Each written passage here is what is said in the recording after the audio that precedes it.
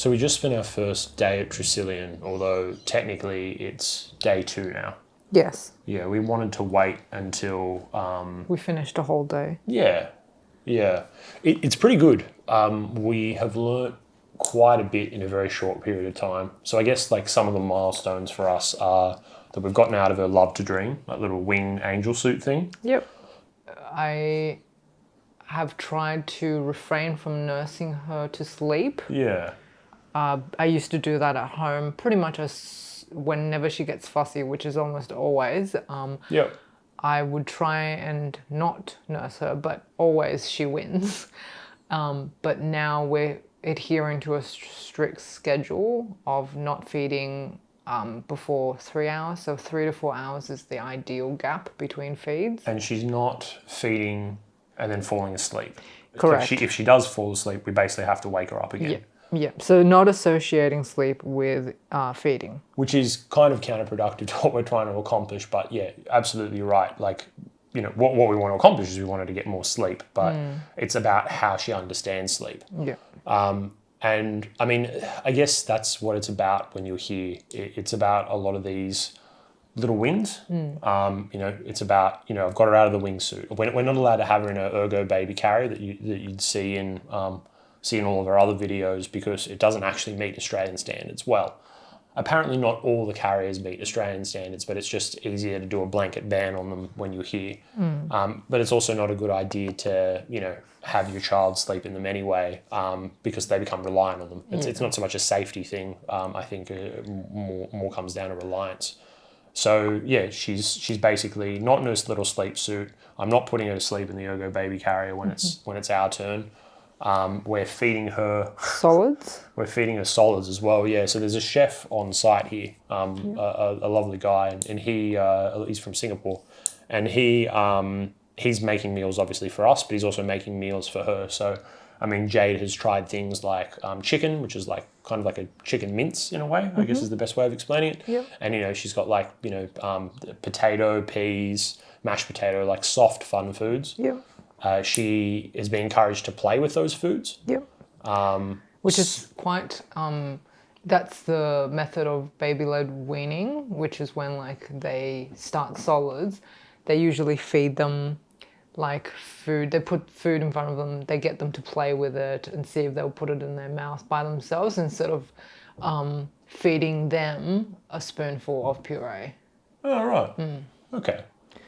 But yeah, she's had puree, she's had yogurt mixed with that, and we haven't really done these things before. Like up until yesterday, we hadn't even put her in a high chair. I think you and I both were under the impression that we had to wait until she was 6 months. Yep.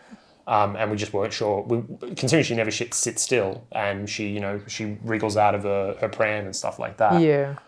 We just weren't sure whether or not it would work, but we just popped her in it. Pretty much anything that they're saying, oh, you want to try this, you want to try that, we're doing it. Now, in saying that, I mean, like, what was last night like for you? Last night was, in terms of how much sleep she got, it's quite similar to what we normally experience at home. On an average night, it wasn't a terrible night, it wasn't a great night. But what is important is the fact that she slept without her wingsuit. That is something that I found extremely surprising. And I didn't need to put her, like normally I try and put her down for sleep after you've spent some time with her because I can just get her down in that carrier in minutes. Yeah. So like the normal process that I would go through at night, put her in the carrier, she falls asleep, and she's already in her wingsuit, but her wingsuit is unzipped at the bottom for the legs, so the legs can dangle out. Otherwise, she would be sort of all bunched up and uncomfortable. So effectively what she's doing is falling asleep. I'm getting her really, really sleepy, but still awake, and taking her out and then zipping up the bottom of that suit. I have to lay her down. She stresses out immediately because she's laying flat. She doesn't like laying flat. And then I have to start the process again, but while holding her. And then she turns into a little board and I put her down and she has her 30 minutes of sleep before she wakes up again. Yeah. And that's kind of what the routine has been. The routine isn't actually that different here, except we're missing the wingsuit and we're missing the carrier, and that's a win. Well, also we've definitely tried a lot more putting her into the cot while she's sort of drowsy but awake. Which is what they recommend, right? Yeah. Not just Tresillian, just in general. Everywhere you read is like, you know, drowsy but awake. That's right. And we've tried that during when we went to Tresillian day care, like day service. We've given that a go, but it wasn't very successful when we tried it ourselves. Yeah. But now I think it's just reinforced how important it is for us to keep trying that. Even if it's, 2 step forward, 1 step back, Yeah. I think that's still the right direction to head into. Yeah. So Jen went to a mindfulness session that I really encouraged her to go to. I'm one of the only dads that's actually staying at Tresillian full time, and I encouraged her to go to this mindfulness session just to catch up with some of the other mums because as since Jade is effectively a COVID baby, right? Like she was born during that period, and all of our antenatal classes or postnatal classes were done via Zoom. There were no mothers groups, nothing like that. And like I've got to spend quite a lot of time with the other mothers around here just talking. Yeah. And it's been very rewarding for me, but there are certain things that I don't really talk about with them. Like, I mean, I know all about the challenges of stuff like breastfeeding and things, but, I'm not breastfeeding Jade. Yeah. So it's, on a gender sort of side of things, there's just a little bit of a disconnect there. In saying that, feel like I'm being welcomed, like I'm one of the mothers, which is sure. really, really lovely. It's nice to speak to people who are in the same boat. Yeah, definitely. I find that to be one of the most encouraging things. Just knowing that other people are going through the same thing. I mean, varying degrees. Not everybody is on the same level, but it's really, really helpful. And seeing what they do and how they get little successes. Everyone's like trying to boost everybody else, right? Like there's some amazing people, amazing mothers here and amazing kids too. And they've all got their own little challenges. Like I think it's just been said a couple of times that this is like a sleep school, but it isn't a sleep school. No. It's just a place you go to if you're experiencing challenges with your children and you need a little bit of support. And I think 90% of the people, probably more, are here because of something sleep related. Yeah. Like everybody I've spoken to, I've said, oh, so what's the sleep situation? And it's just everybody's here for different reasons or different levels of sleep problems as well. But we're all in it together. And we've spoken to a lot of friends and we've said these are the challenges we're having. And everyone's like, oh yeah, babies are hard. And you know what? They are, yeah. Babies are hard. But it's not really enough. Like we need to be somewhere where you can step out into a kitchen or a hallway and everybody's just like, oh, like, did you get enough? Did you get enough sleep? Yeah. How did Jade's sleep go? And like we're all invested in our own children's. There's a cool little kid here, Maud, who has just gone down for a nap. It took like 10 minutes for her to go down. Incredible. And she's been asleep for 2 hours and 5 minutes. And that's what it's like here. Like people are counting minutes here. 2 hours and 5 minutes is next level. In saying that, while Jen was in this mindfulness session, and I'd love it if you talked about that in just a moment, but while you're in this mindfulness session, I try to get Jade down because I saw the signs of her being sleepy. Yeah. And so I took her to her little designated room and I got her down in minutes, but I'm holding her, right? And it's just that transition from going from being close to me to putting her in the crib. Yeah. And she is fully aware of it. Like now her arms are free because she's not in the wingsuit anymore. Yeah. They're flailing around. And it's not the Moro reflex or the startle reflex that happens with newborns. It's just her gauging where I am. And if she moves too far away from me or Jen, she becomes unhappy and becomes distressed. And I've got a nurse in the room. She's explaining this to me. She's like, look, this kid has figured it out. She's sussed out what you're trying to do and you're just going to have to wear her down. Yeah. And I was in there for a good while, just trying again and again. I was able to leave the nursery. It's all right. I was able to leave the nursery and go out into the main area, which is very well lit, still holding her asleep. And I'm like, look, this kid's asleep. But watch what happens when I slowly move her towards the crib. And all in all, it was like more than an hour of trying to put her down. Yeah. And it always feels like it's like 2, More 3, 4 longer, hours. yeah. It's never just an hour, but that's how long it took. And it's being timed. Everything is being carefully recorded here. Yeah. And the nurse helped us get her there, which involved a lot of bargaining effectively, of getting her into the crib, patting her on her belly, patting like the front of her nappy, because she's on her back. So patting her that way, and eventually, she went from being asleep to going asleep over and over again until eventually she went. And we walked out of there knowing that we would be seeing Jade again in the next 30 minutes. Yeah. But we took it. And that's progress, right? That's how you get to the end finish line. Like, that's got to be your mindset the whole way through. You're not going to necessarily walk out of here with a fixed baby. whatever the fix is. But you are going to walk out of here with something, and you got to look at that something as a positive thing. Yeah. If you learnt something, if you learnt that you can't actually put your baby to sleep, and this is just the way that they are, although I don't think you will learn that, but if you did, you learned something. Yeah. So this is day 4 at Tresillian, and I just wanted to talk about the progress that we've made so far. I feel like we've made a lot of progress in terms of the techniques, but it's one of those things that I find that will take some time for Jade or for any baby to get used to. Yeah. And, you know, having talked to a lot of the other mums that have stayed the same time, different babies have different rates of sort of accepting these techniques, because I feel like night 1, all the babies were sort of still, you know, being various states of fussy. Like the nurses were just like, oh, it's Monday night at Tresillian. Monday nights are definitely the worst night because everybody starts on a Monday. Yeah. So that being the first night, all the babies are still adjusting. In fact, it's kind of the worst night because everything's so different. Like they're not used to, you know, whether it's to nurse to sleep or rock to sleep. Like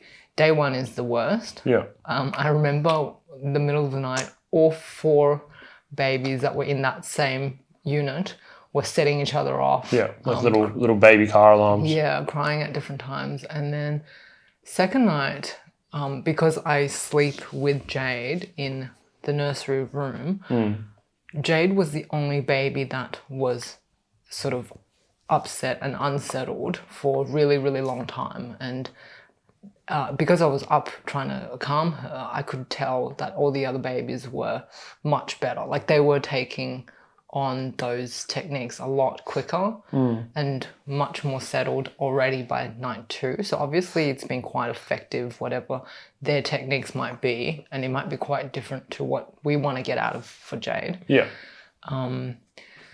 And yeah, like I feel like we've made heaps of progress in terms of where she's at. We've taken her out of the crutches that she's relied on for sleeping. What, like just so like stuff like the carrier and the sleep suit.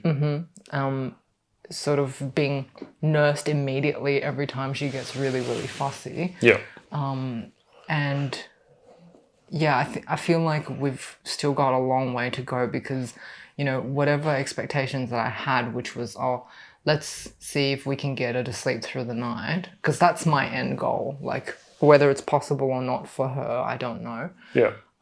That is obviously the tippity top of what I feel like I want.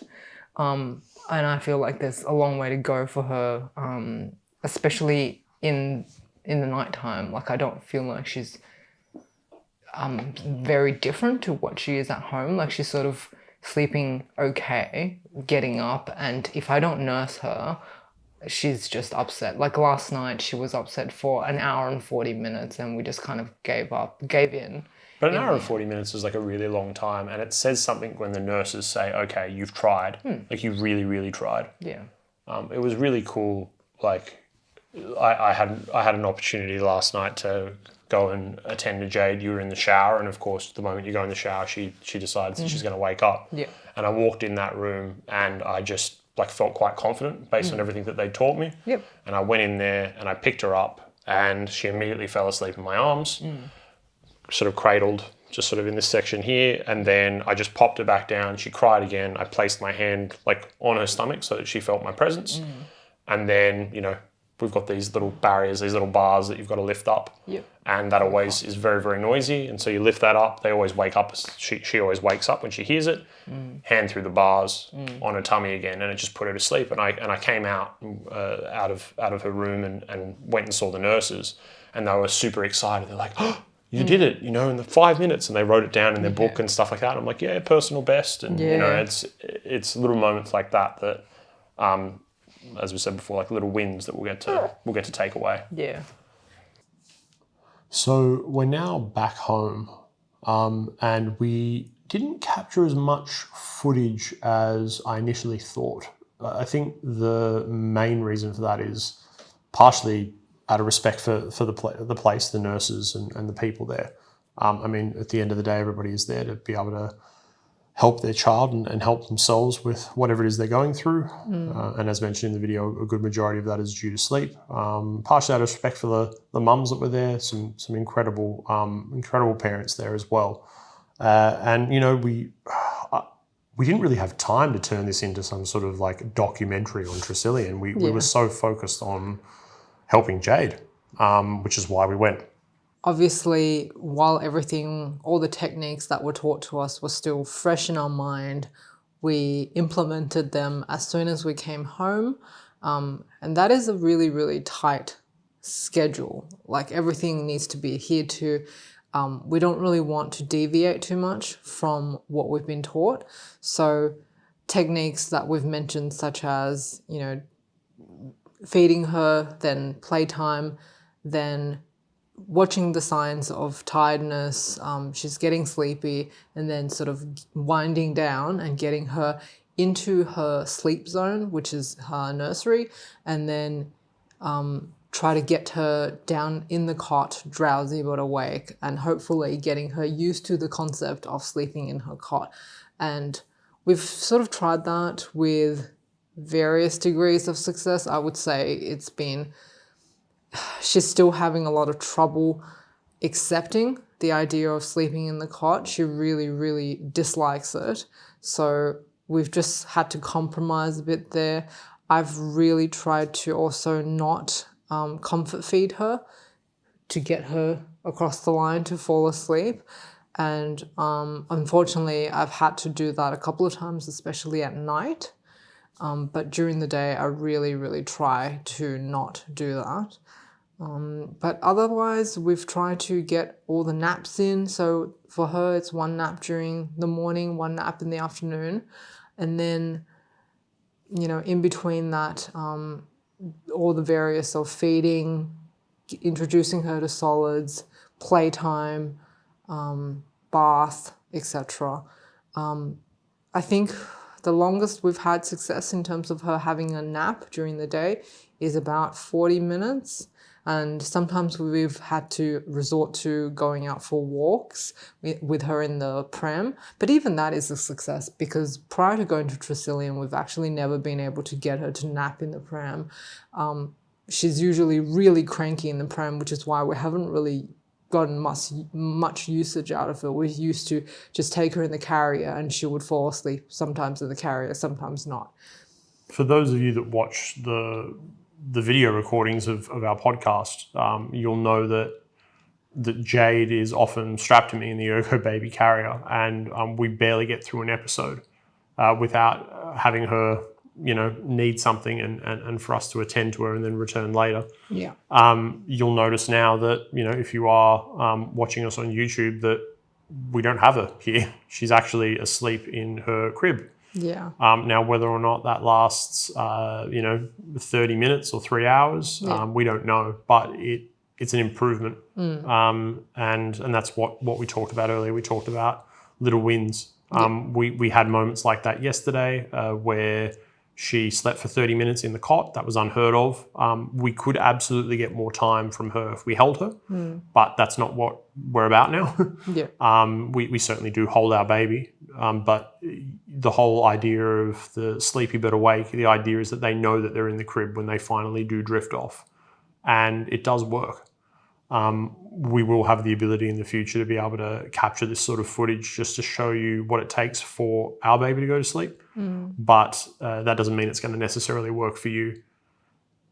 No, I've the other great thing that I got out of Tresillian is that we've kept in touch with all the mums that stayed at the same time that we did, and I've already spoken to all the mums post our stay, and they've all had varying levels of success as well. I mean, obviously there's going to be missteps or things that they've had to compromise, because when the babies go home, it's a completely different environment to the one at Tresillian. So understandably, their babies are going to be like, oh, well, I'm in a different environment yet again, or I'm back in the old environment and this is what I'm comfortable with. So there's also those things that are at play, but a lot of the mums have had successes, and it's been really, really nice to be able to talk to them about it post our stay and see what they've been up to, even though it hasn't been it's still a recent experience. It's really nice to be able to share that with them. So, yeah, I guess to summarize our stay, I feel like it is, for me, if I didn't go, I didn't know what I was missing out on. But when I went into Tresillian at the beginning of the week, I definitely didn't have any sort of lofty dreams of, I hope this 1 week will fix our baby forever and she'll just sleep through the night, like all I hear about all these other angel babies. I think I had much more realistic goals, which is, let's have baby steps. Like, let's get her to nap more often during the day, or to wake up less at night. I don't know. I mean, I didn't know at the time what the techniques were and what I wanted to get out of it. And this is the beautiful thing about staying at Tresillian. They go through a care plan at the beginning of the week, what you want to get out of it, all the goals, whatever they might be. And then they work with you throughout the week. And honestly, they check in every single day with you in terms of this care plan. Like, how did you go? Do you want to make any adjustments? Like, did you see any improvements? Do you want to make any changes? And that's really great. Like, I think that's a realistic approach to trying to fix what is essentially an impossible problem. In my eyes, it seems like an impossible problem. Absolutely. Look, if you're interested, you can always drop us a line in the comments below if you're in YouTube land, or you can send us an email. hello@jenandjace.com, JENN, or in podcast land, it's growingpain@jenandjace.com. And we can show you what we do to put down our baby. We could very easily title that video something like, guaranteed way to make your baby fall asleep in the crib. And that's a guarantee for us. Well, actually, I won't say it's a guarantee, but it certainly works for us. Yeah. But that doesn't mean that, you can watch a video about Tresillian from us and go, oh, now I don't need to go because these guys have sort of given me an indication as to what I need to do. It's different for every baby. It really is. But yeah, look, if there's a demand for it, it's certainly something that we can put together for you. Now that we're back in the privacy of our own home, we have a lot more freedom to be able to do that sort of stuff. And yeah. And I guess also the big one, I thought, less about the techniques. I mean, obviously that is the most important thing. I'm sure a lot of you guys who are watching wants to know about. But I guess also the logistics of staying there. So silly things that I wanted to know, like, do we get meals? Like, what's the accommodation like? Obviously, like, you've seen that through snippets of our video, but if you have any questions about the logistics of staying there, the nitty-gritty stuff, also leave a comment. Yeah, those things I think are also interesting. I think that's all I wanted to cover. Great. Well, yeah, like we said, if the demand is there, we'll absolutely put together a video like that for you. There's a lot more to talk about when it comes to these sorts of things. So just let us know if that's something you'd like. And as always, thanks for listening. Thanks for watching. Thank you.